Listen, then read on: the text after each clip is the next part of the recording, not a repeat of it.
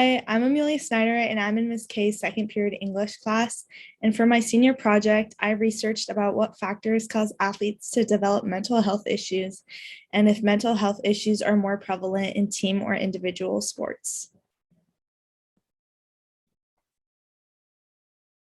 I decided to research about this topic because mental health advocacy has greatly increased in the past years and is a super prevalent topic today in sports. Many popular sport companies like Under Armour and Nike have made different campaigns to show their support of athletes' mental health. In addition, many athletes have started to reach out about their struggles with mental health issues. Some of the most recent and popular occasions of athletes speaking out about their mental health issues are Michael Phelps in 2018, when he opened up about his struggle with depression after the 2004 Olympic Games. Also, in 2021, Naomi Osaka dropped out of the French Open because she was struggling with anxiety and depression. Soon after, she released a groundbreaking New York Times article titled, "It's Okay Not to Be Okay," shining light on just how mentally straining it is to be an elite athlete. Finally, one of the most controversial occasions of an athlete speaking out about their mental health issues was Simone Biles in 2021 Summer Olympics, where she chose to drop out of the team final and the individual all-around because she was struggling with mental health issues. This decision sparked a lot of emotion and brought up a lot of opinions on whether or not athletes should put their mental health first or just power through. After Simone dropped out of the Olympic Games, the Wall Street Journal posted a video further explaining the growing conversation about the importance of mental health support in athletes.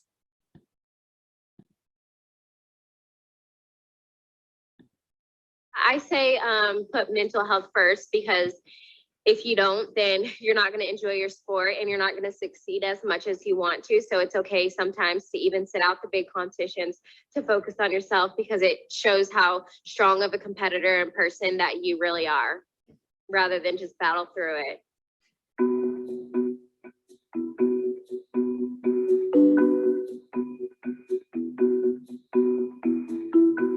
We've seen increasingly that athletes are getting comfortable with the idea of discussing mental health and the idea of, treating their, state of mind, their mental health as kind of a body part in the same way they would attend to a sprained ankle or a pulled hamstring, that they are going to take time to recover if they're feeling any kind of mental duress. And I think it's a really healthy and productive conversation to have. Teams and franchises and athletes and coaches now treat physical injury different than they did a generation ago. The idea of just icing somebody down or slapping them upside the head and saying, get back out there and do it for the team is increasingly a fading notion. And mental health is sort of a new part of the prism here. The idea that teams would have an investment in not just the mental health that applies to their execution on the playing field, but just their general health and happiness is a new thing. And I think that it actually, in this case, in an interesting way, has been athlete driven. It's the athletes who are coming forward and talking with great candor about their own struggles. And I think we're just a little bit too stressed out, but we should be out here having fun. And sometimes that's not the case. In the past, we know that people have not talked about mental health, especially in the public realm, because there's so much stigma that exists. And while that stigma still exists, we see a lot of high-profile athletes talking about their mental health. On the clinical side, we also see a lot more cooperation with larger organizations to try and understand what it means to have a mental health diagnosis and what that might look like for their individual athletes. A lot of people think that athletes just appear and show us their natural grace and abilities. And while it's true, many of them have outstanding physical abilities and we love watching them perform, it takes many, many hours to get them in that place of mental toughness to be able to execute their skills on demand. So I think that it's important for people to understand that even though they see that public excellence, sometimes there's quite a bit of private anguish. It's important for people to realize that these athletes are humans first. They have emotions, they have lives outside of sport. So it's important for them to take care of themselves too. We've already seen in the conversation that's happening and the elevation of the topic, not just in sports, but in workplaces at large, a real benefit for people to feel that they can have the liberty and the courage to come forward and have these kinds of conversations. That kind of comfort, I think, is a real important thing. And we've seen it in the past that sports can often be a vessel for broader societal conversations. And I think that's what's happening here.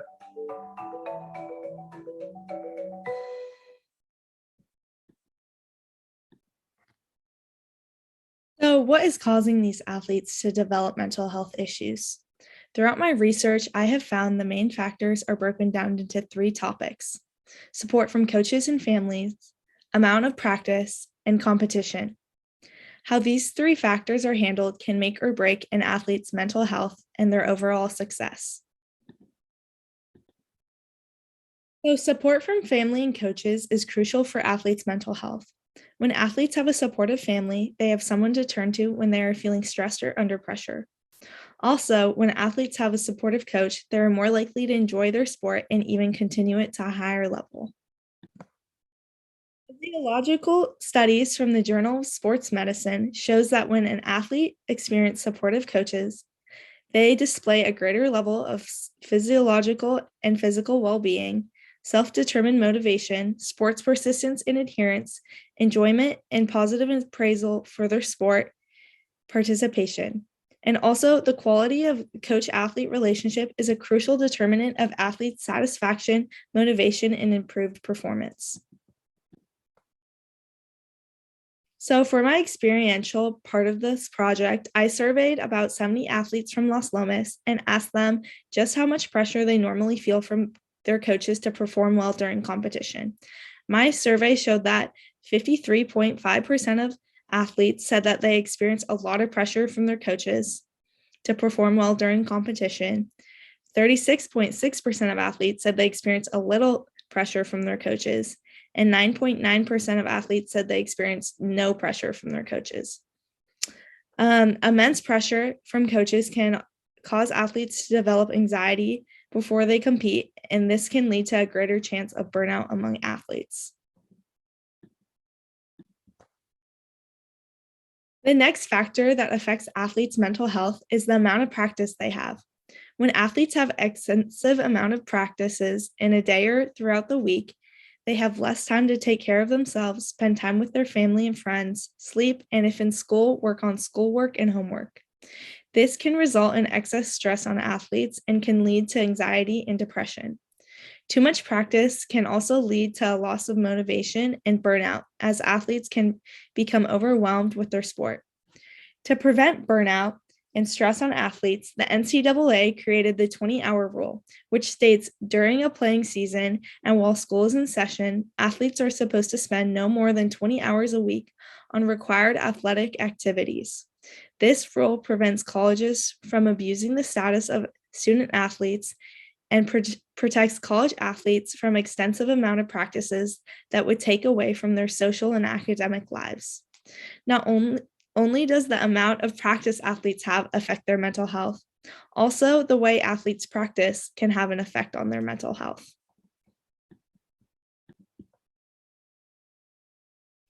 So when athletes practice alone, it can have its advantages and disadvantages. First, practicing alone can lead to a higher concentration, better mental strength, more self-reliance, and a greater responsibility. On the other hand, practicing alone can also lead to an increase of pressure since athletes don't have a team to fall back on when they make a mistake, and this pressure can lead to perfectionism and ultimately anxiety. And a great way to reduce the amount of pressure during practice on athletes is to practice with a team.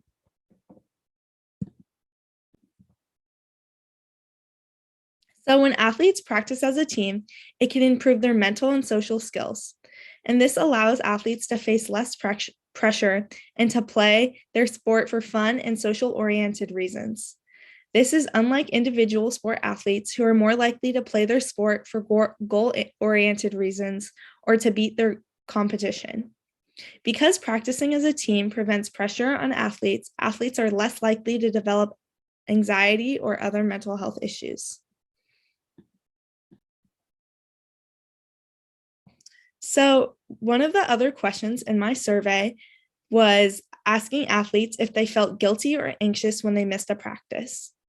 And my survey showed that 54.9% of athletes said they always felt guilty when they missed a practice. 38% of athletes said they sometimes felt guilty when they missed a practice, and 7% of athletes said they never felt guilty after they missed a practice.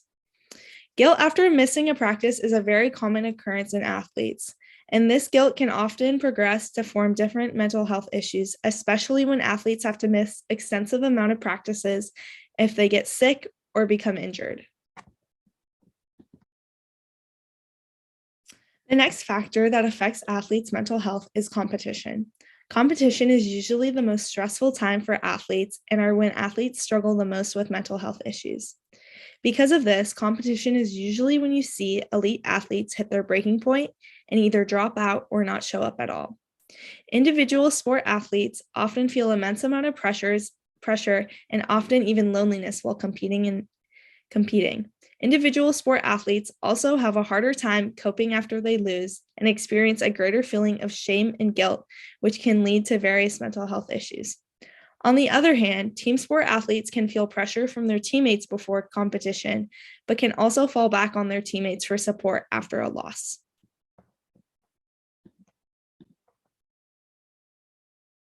In my survey of 70 Los Lomos athletes, I asked them if they felt nervous or anxious before competition. And 56.3% of athletes said they always felt nervous or anxious before competition. 40.8% of athletes said they sometimes felt nervous or anxious before competition, and only 2.9% of athletes said they never felt nervous or anxious before competition. And the feeling of nervousness before competition can lead athletes to develop permanent anxiety or other mental health issues and increases athletes' chance of experiencing burnout.